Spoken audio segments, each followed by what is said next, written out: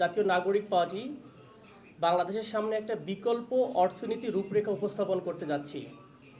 বাংলাদেশের রাজনীতি যেটা হয় গতানুগতিকভাবে কোনো বাজেট আসলে বাজেট পরবর্তীতে একটা ব্রিফিং হয়, সেখানে বলা হয় কমন ক্রিটিসিজম, এটা জনবিরোধী, এটা মানুষের আকাঙ্ক্ষা পূরণ করে নাই, এই টাইপের আমরা ট্রেডিশনাল না করে বরং আমরা অগ্রিম একটা ছায়া বাজেট দিচ্ছি যে বাংলাদেশেতে কীরকম একটা বাজেট হওয়া উচিত।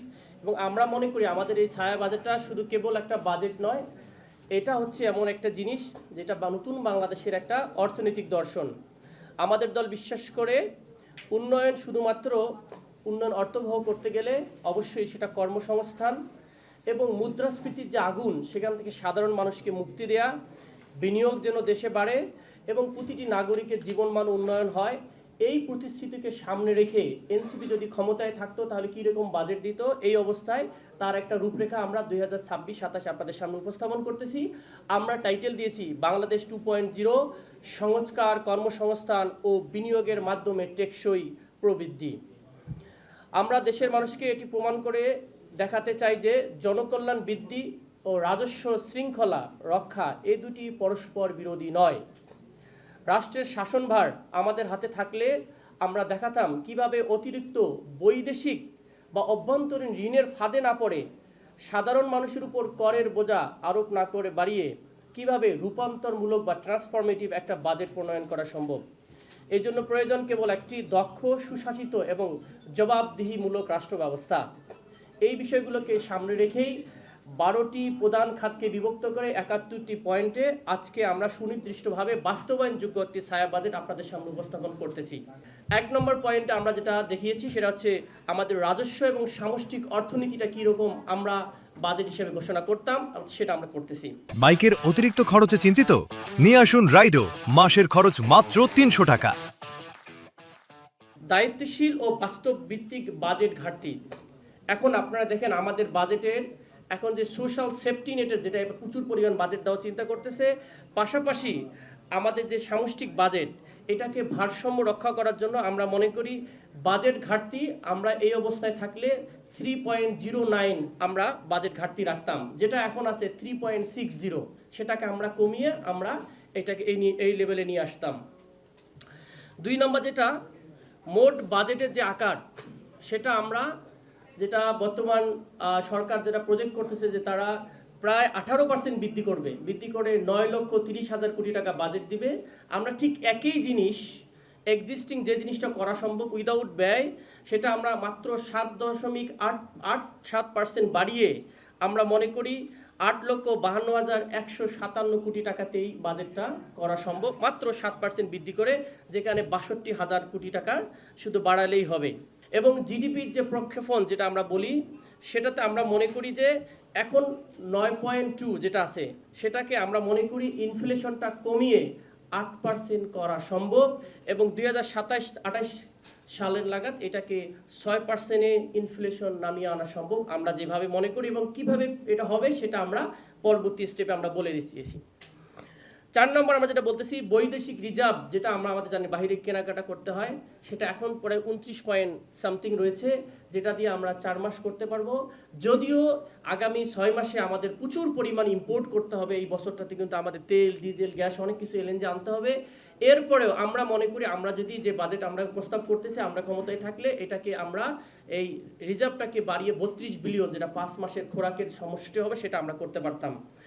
রাজস্ব এবং জিডিপির যে অনুপাত যেটা রয়েছে সেটা আপনারা জানেন যে বাংলাদেশ একমাত্র যেখানে হচ্ছে এশিয়ার, সাউথ এশিয়ার সবচেয়ে কম আমাদের 6.7 আমাদের এই রাজস্ব এবং জিডিপির যেটা হার রয়েছে, সেখানে আমরা মনে করি যে আমরা যে বাজেট দিয়েছি বা আমরা ক্ষমতায় থাকলে 9.32 করা সম্ভব।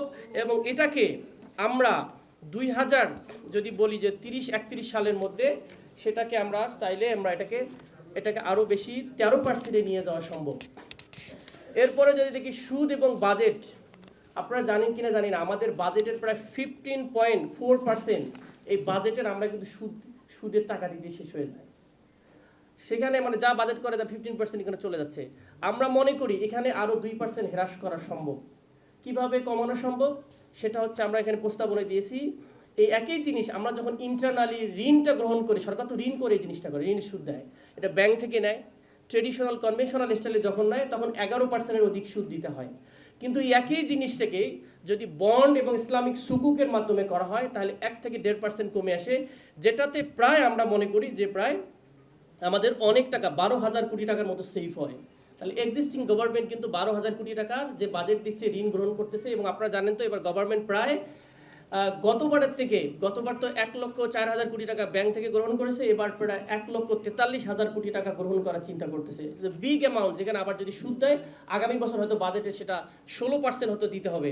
সে জায়গায় আমরা মনে করি ব্যাংকিং খাত থেকে আমাদের প্রস্তাবনা অনুযায়ী আমরা প্রায় 14,000 কোটি টাকা কমাইতে পারবো আমাদের বাজেট যেভাবে দেয়া আছে সেটা অনুযায়ী।